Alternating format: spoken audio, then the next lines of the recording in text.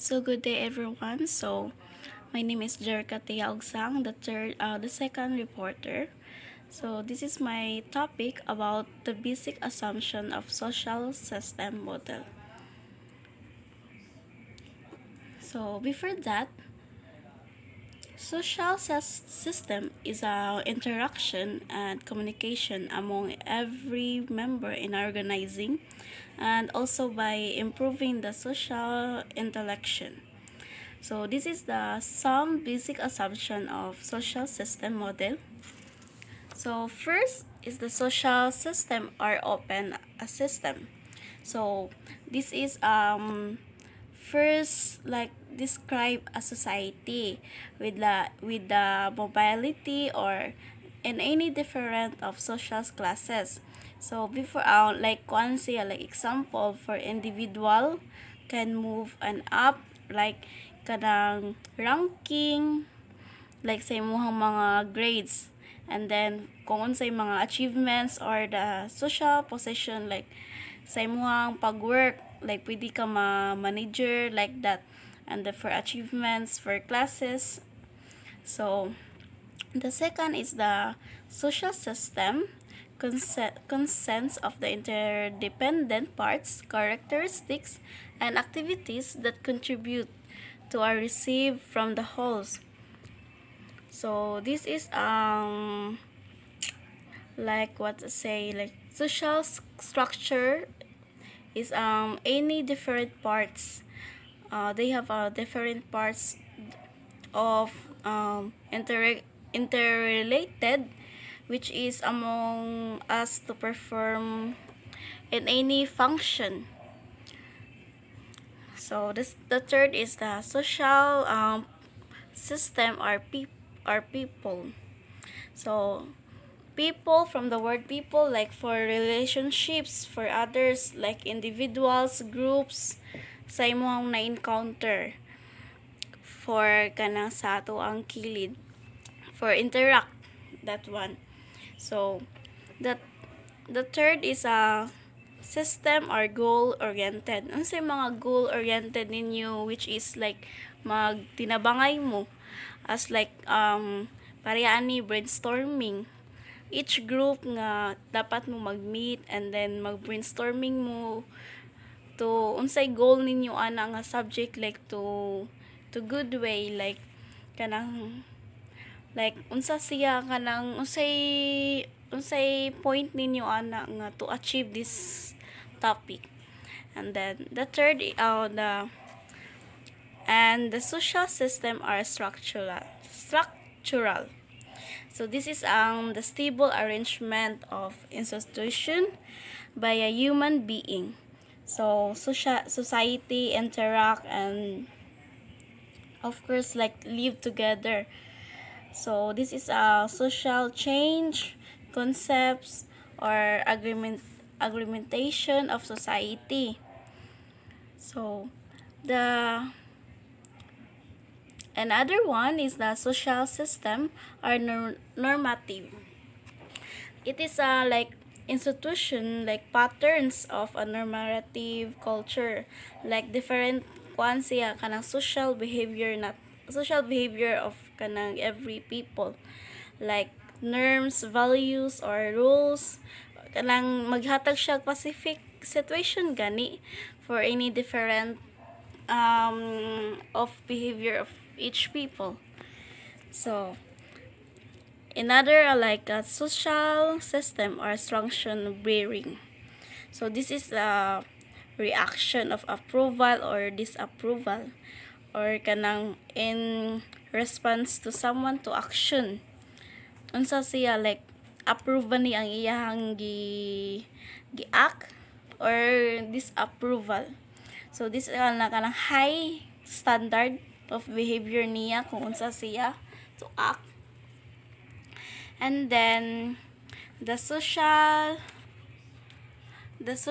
system have distinctive culture. So kuan ni siya kanang like integrated. For me, like integrated and kanang maintain of the system of social. Like unsa siya kanang belief, unsay rules, unsay unsay conduct of this destruction of culture, mga values niya to maintain. And then social system are political. Process this is like process of making kanang for government, like economic system, social, and then the cultural system, like specific siya for the government, mga political. And the second, like the social system the social system conceptual and relative. So this is the impact of the marriage and kanang mga behavior jud niya. Of course, like example ani niya is kanang economic, political, religious, and etc. So the last is the all formal organization or social system. So this is social by structured by the curly loud, of course the rules and goals and practices, the function based on the distribution of kanang like kanang define siya for hierarchy of power. So the other slide, social system model for school. So this is the kanang niya nga the inputs, the environments, this kanang nasa tunga is mo ni siya ang structural system niya nagatuyok ra jud ni siya, and then this is the output.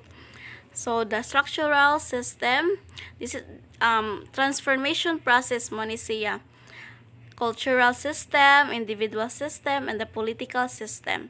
So nakita ra man ninyo no nga kana siya is nagkanamora jud ni siya nagtuyok ra jud ni siya. So this is the inputs. So the input of the environment is the human and capital resources. So ang mission ani niya is to build a policy, a materials, and method. So this is the output, the achievement, job satisfaction, that drop rate, overall quality. Whole ani niya is mo ni siya ang like something timeline nga gatuyok ra jud ni siya. Nakita ra man ninyo guys no.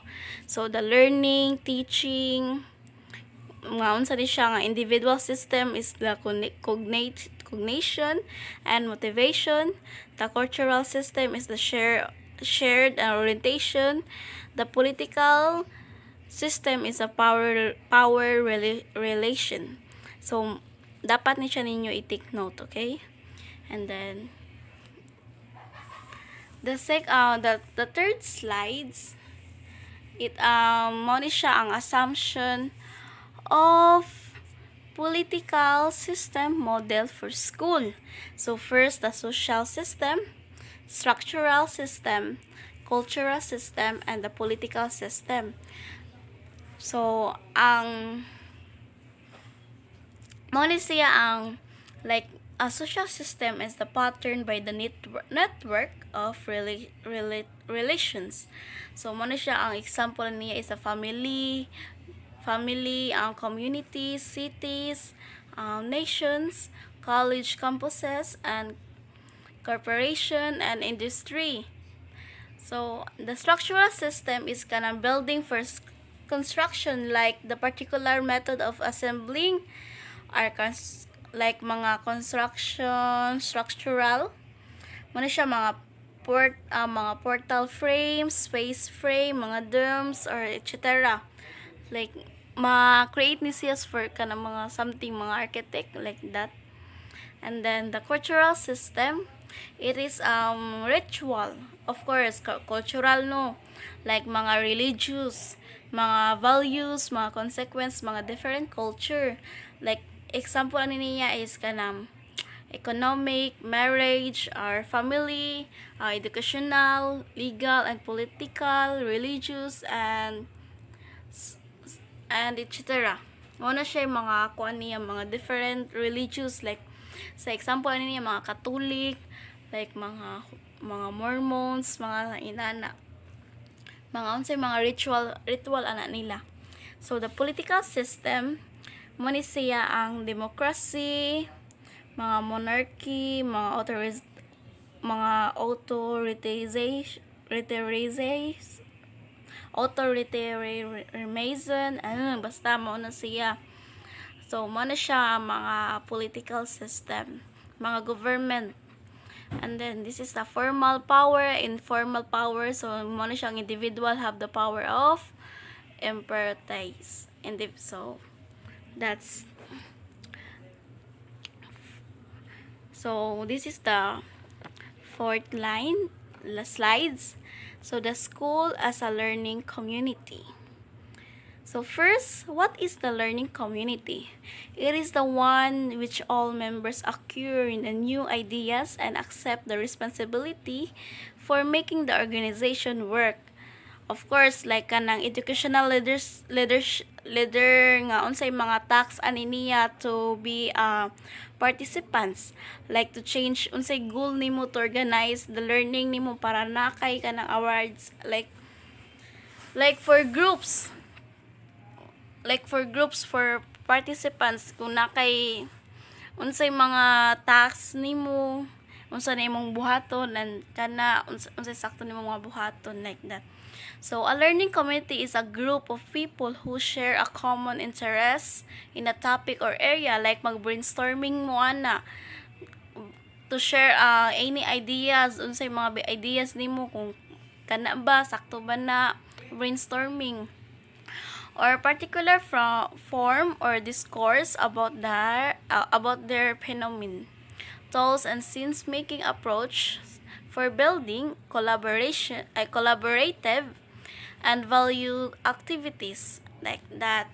Kung nay mga role play, mga unsa pa nang activities, like to share ninyo ang mga ideas, unsay topic, unsay title, mga mag-brainstorming mo ana para mo fit ang inyong mga sakto nga gibuhat.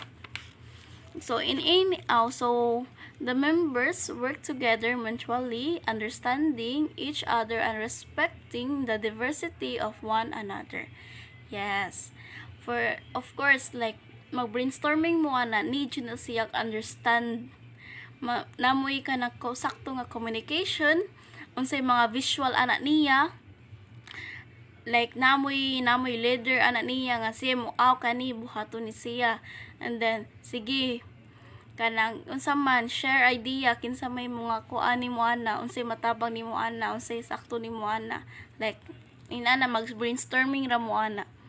And then can we label a school as a learning community?